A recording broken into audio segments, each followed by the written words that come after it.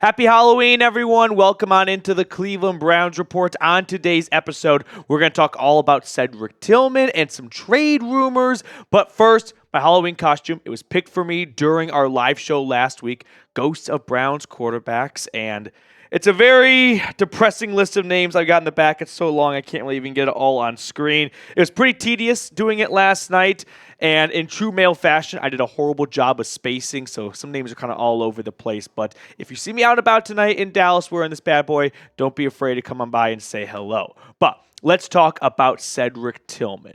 Has he finally arrived? I think that Kevin Stefanski and Andrew Berry have received the news they have been waiting for, which is their third-round pick last year is stepping into a larger role and is looking like a legitimate wide receiver, 1, 2, 3, at least a starting caliber receiver in the NFL. Over the last 2 weeks, he has put up a combined 15 grabs for over 150 yards and 2 touchdowns. I know those numbers might not pop out to you too much, but keep in mind where he was at the start of the season and where he is right now. He has really started to climb the ladder. So Tillman hopefully can continue to play at this high level and deliver the news that Stefanski was hoping for when they traded Amari Cooper away, and that is it's not going to be too big of a subtraction from our receiver room because we think this young guy is going to step into that void nicely. And then for Barry, he finally gets the news he has been waiting for, which is his third-round pick, and he really needed to hit on a third-round wide receiver,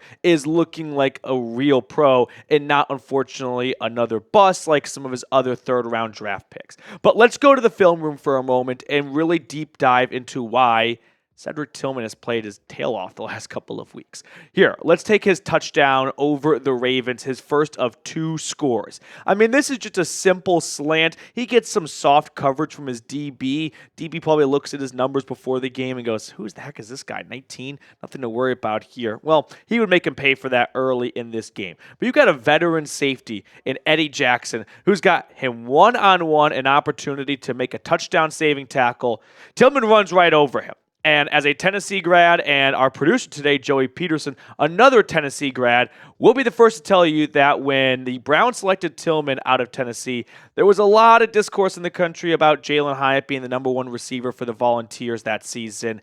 Up until Tillman hurt his ankle in Knoxville, he was looking like the number 1 receiver on Rocky Top. But let's move later into the game here. This is the game-winning go-ahead touchdown in the last minute. When you look on TV, it looks like a simple just go route, right? Go deep, chuck it down there, backyard football style. I don't think that's the case after rewatching this play a couple of times. Unfortunately, I can't truly roll the tape because of copyright laws and whatnot, but what I want you guys to look closely at here is this to me looks like an option route for Cedric Tillman. When the ball is snapped, he quickly discovers that he's got a true one-on-one matchup with the same safety, Eddie Jackson. He had a really tough day. And he has a couple of options here, right?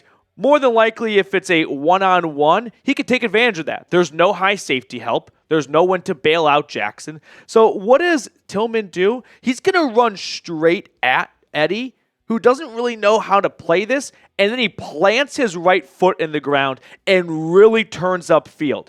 And at this point, Jackson's hips are facing the wrong way. He is caught dead to right, and then a great job by Winston for recognizing this. But this might go down when you're just watching on your couch as, oh, Tillman just ran straight and he beat an old safety. I don't think it's that simplistic. I think this is a really good heads-up play by Tillman and mid-route recognition of, oh, I've got a safety one-on-one. There's no one on top to help him out. If the route was supposed to be a curl or maybe a post or an out or a dig or whatever, screw that. Let's go for the dagger.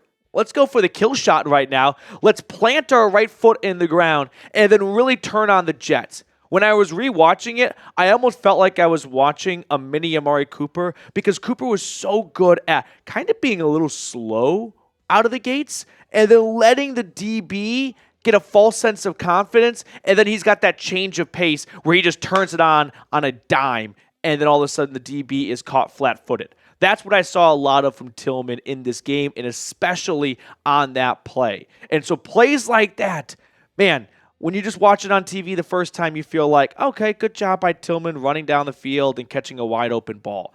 But when you really watch the All-22, you come away with a much deeper appreciation for that type of route. And he was a really good route runner at Tennessee, and that is starting to come through more in year 2 of the NFL.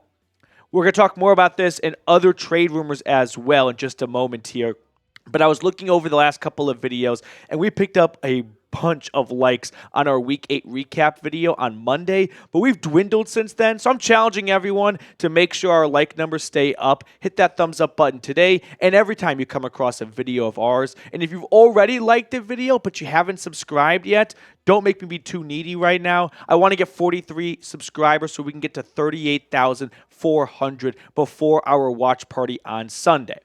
Now, getting back to the Cedric Tillman portion of our conversation, this is more than just good news for 2024. I mean, this is some really exciting, promising news for 2025 and beyond, hopefully, because when you look at the Browns receiver room, I mean, you are waiting and hoping that someone here can really break through the ice with Amari Cooper out of the way now. Plus, if you check out what the Browns have for 2025 on their roster, you've got 4 guys currently rostered: Tillman, Jeudy, Jamari Thrash, who has not seen the field yet this year, and David Bell, who is on IR with the hip injury. But outside of that Bengals Week 18 game last year, there wasn't a ton of confidence that Bell is going to be anything more than truly a backup slot receiver in the National Football League. So I'm really excited that this could be a big kind of, I wouldn't say stress reliever, but maybe a need reliever for the Browns going into free agency and the draft. If Tillman plays well the rest of the year, that's awesome for short term.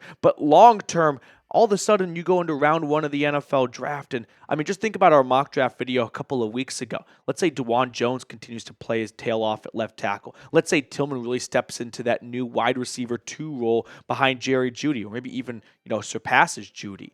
Now you go into the draft and you go, well, we don't desperately need a new left tackle because we have some confidence in Jones. We don't desperately need a new number 1 wide receiver because we got a wide receiver coming up the ranks here in Cedric Tillman.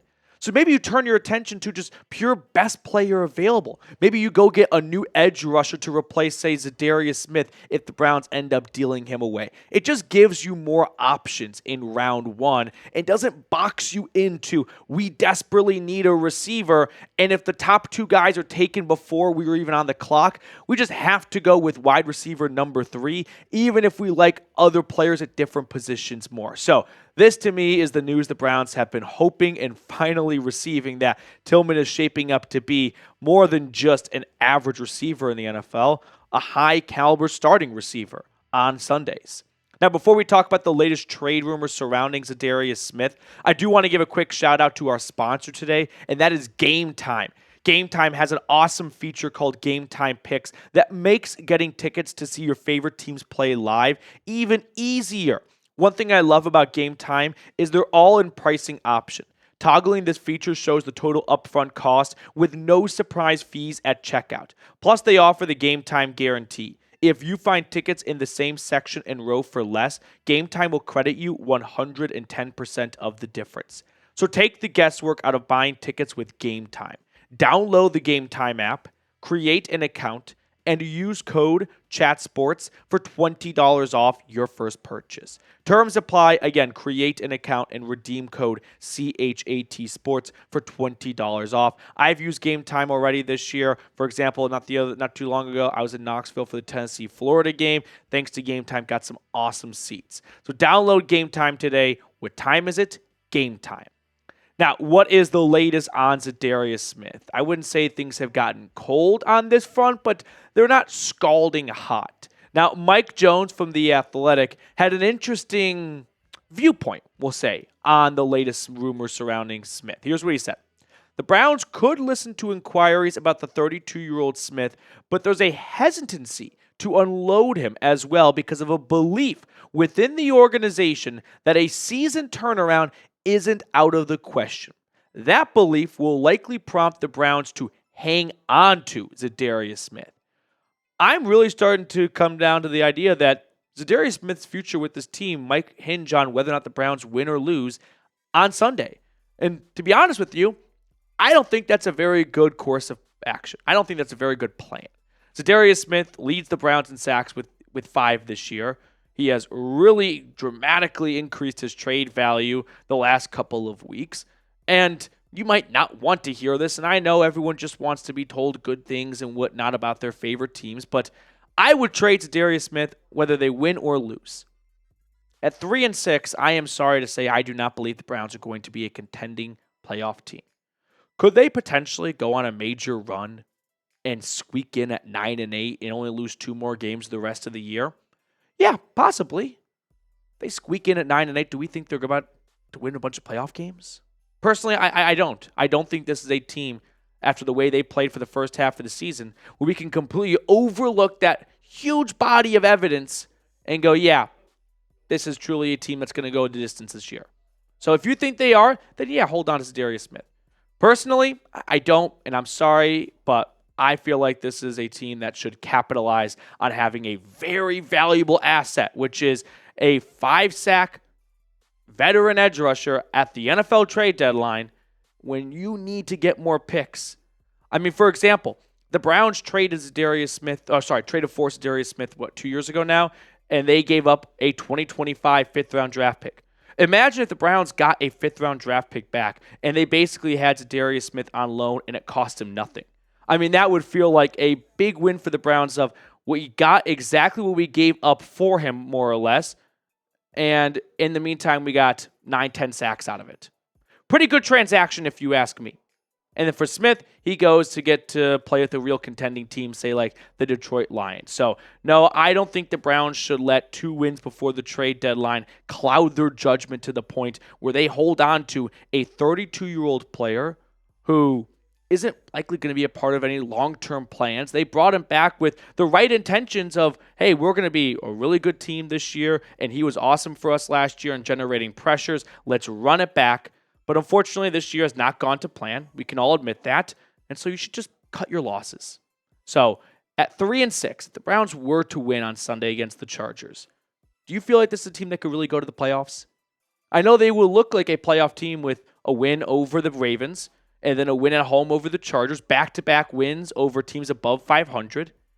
But for me, I would still deal Za'Darius Smith if you got a good offer. All right, before we get on out of here, I want to give some shout-outs to the Brown and Orange Club. Just really appreciate you guys so much for being loyal supporters all season long, constantly hanging out with us and showing your support in the chat during our watch parties on Sunday. So we'll see you guys on Sunday, by the way, for our watch party against the Chargers. So feel free to stop on by. We'll get going an hour before kickoff. Thank you all so much for tuning in. Hope you guys enjoyed my Halloween costume. One last look at it. We got names. I'll be honest, when I was writing the names down, I thought I could do it by memory, and I was like, no, because I kind of want to get them in the order they start. And the name that, like, I wouldn't say I forgot, but I would have said last if I had to rank or say all the quarterbacks since 99, probably be Fry. Like, that was one I was like, ooh, kind of forgot about that one. But like Garcia, Holcomb, like, I was like, okay, got those ones down, but there were some sneaky ones in there for sure.